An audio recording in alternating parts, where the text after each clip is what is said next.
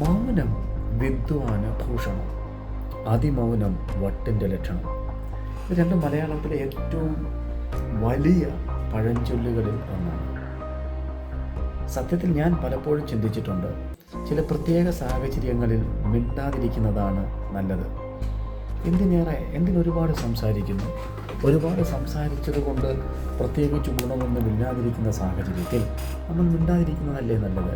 അപ്പോൾ തന്നെ അധികമായി മിണ്ടാതിരുന്ന് കഴിയുമ്പോൾ ആളുകൾ ചിന്തിക്കും, ഇദ്ദേഹത്തിന് എന്തു പറ്റി, ഇയാളെന്താ മിണ്ടാതിരിക്കുന്നത് എന്നൊക്കെ പറയും.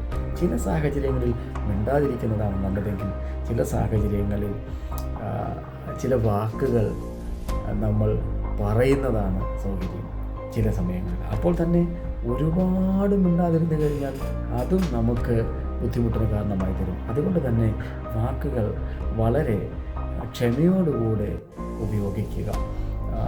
ബൈബിളിൽ പറഞ്ഞിരിക്കുന്ന ഒരു സ്റ്റേറ്റ്മെൻറ്റ് ഇങ്ങനെയാണ്: നിങ്ങളുടെ വാക്കുകൾ കൃപയോട് കൂടിയതും ഉപ്പിനാൽ രുചി വരുത്തുന്നതും ആകട്ടെ എന്ന് പറയുന്നുണ്ട്. അങ്ങനെ ആയിരിക്കട്ടെ നമ്മുടെ